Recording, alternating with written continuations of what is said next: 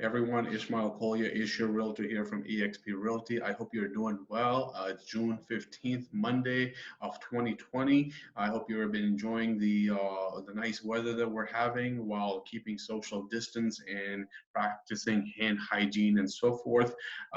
Just quickly to update you where real estate is. So New York City and New York State are in the beginning phases after COVID 19. New York City has entered phase one, while Hudson Valley has entered phase two. So some real estate activity is happening across the board, and I wanted to just take this opportunity to educate my friends about the importance of credit and what you can do to improve and protect and manage your credit and credit history and credit score and report as well. So let me go ahead and open my banking app to show you what my credit score is and then talk about the 6 factors that affect a person's credit. All right, let me go ahead and share my screen. So as you can see on my screen, I have what's called CreditWise. That is an additional free service available to me from my bank, which is Capital One. I don't pay for it, but I'm not also endorsing it. The important thing is to have some sort of a credit monitoring or credit report service at your fingertip, ideally for free, so that you can keep an eye on your credit on a regular basis. All right, so let's go ahead and scroll. First of all, as you can see, my credit score is 822 out of a possible of 850. This is an excellent credit score. I don't mean to brag about it, but I mean to use this opportunity to educate all of you how it's possible. My credit has not always been in the 800s. It's been in the 600s and 700s and so forth. It does take time and discipline and sacrifices to achieve that type of a credit score. So let's go ahead and talk about the factors that affect one's credit. Number one, first factor is on-time payments. All right, to lenders, your history of on-time payments indicates whether you'll make payments on time in the future. So when a lender is considering a loan application of yours, they want to look at your credit history in the past or your payment history in the past, because your behavior with money in the past is a good indicator of how you may behave with money in the future. Always make on-time payments. Ideally, you want to pay off the entire bill or the entire statement each month when you get it, so that you're not paying interest, because you will be paying a lot of money. But if you're not able to pay off the entire balance, at least pay the minimum due before the due date.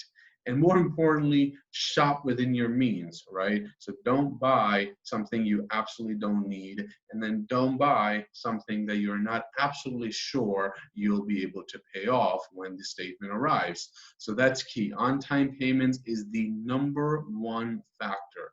Number two is oldest credit line. How old is your oldest credit account, your oldest credit card, and so forth? The older the account that you have, the better. So if you have an old credit card that you've had for a while, don't close any old credit card accounts. They're really good for your credit score. Mine is the oldest is 12 years, and as you can see, that's just good. It's not excellent like this one. So I believe anything over 15 or 20 years might be excellent. So you want to keep that in mind. Don't close any old credit cards unnecessarily. Next one is credit used. How much of the available credit that you have you used up? That means, let's imagine you have 4 credit cards, and each credit card company has given you a maximum allowed balance of $10,000 each. So that's $40,000 available to you. How much of that $40,000 have you used up? All right, so as you can see, so mine is 7%. You want to be less than 10%. You don't want to go out and use up all the possible credit that you have available to you, because then it seems that you may be in financial troubles and so forth. lenders are wary of giving someone more credit who is already above 50, 60, 70%, or even more of their allowed credit already being used. So keep your credit used at a minimum, okay? Next, three more. Number one is recent inquiries. With some exceptions, lenders tend to see too many recent inquiries as a sign of risk. So the fewer, the better. All right. You apply for one credit card, and then you apply for another, and you apply for another, and you apply for another. That is an indication that somebody might be having a financial difficulty, and they're getting credit card left and right. So you don't want to open a new credit card unnecessarily. You want to be very selective with the type of credit card that you want, get it, and then stick with it for a very long time.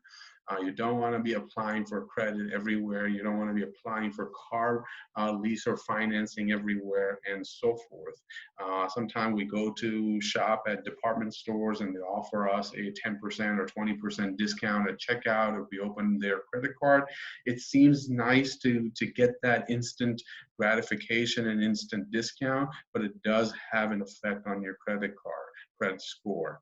You know, if your total shopping purchase is $100, 20% discount will be $20. $20 is $20, of course, but is it worth the hit on your credit?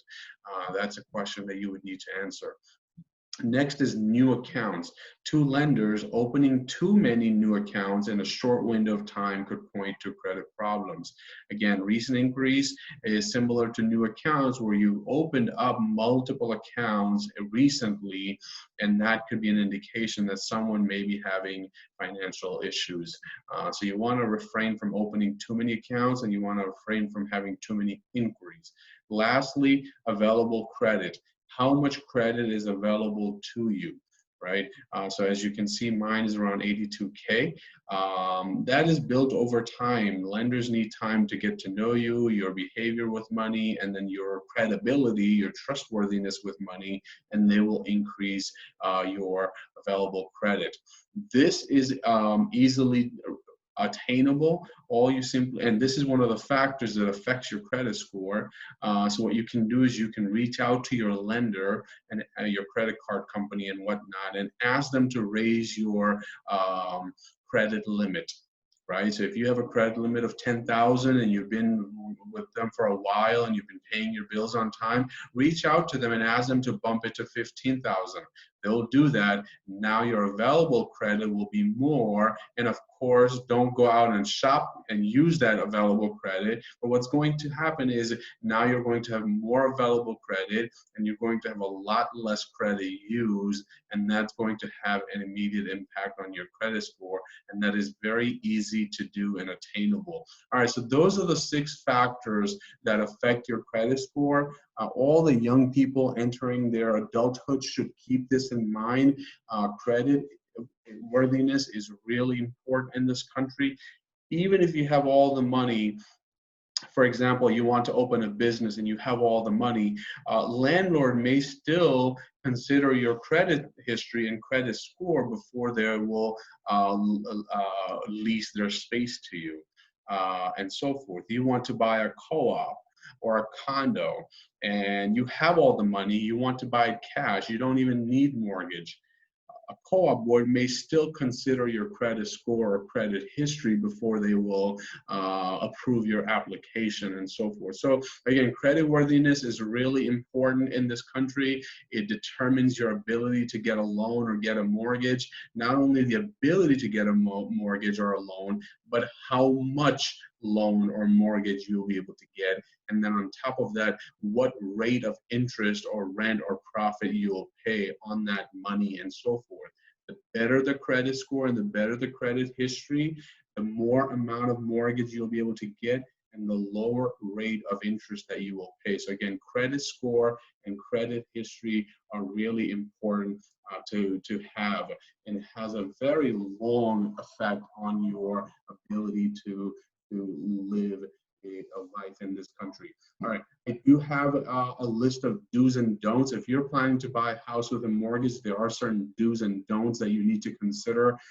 So I do have that in a PDF format. If you'd like me to email that to you, reach out to me, 914-215-1540.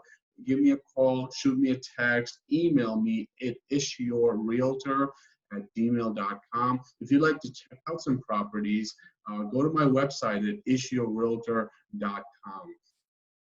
If you need some help fixing your credit or credit repair and so forth, reach out to me. I'll put you in touch with a credit repair professional as well. I really appreciate your time, and I look forward to speaking with you next Monday. Thank you so much. Ismail Kolia, Ish Your Realtor from eXp Realty. Bye-bye.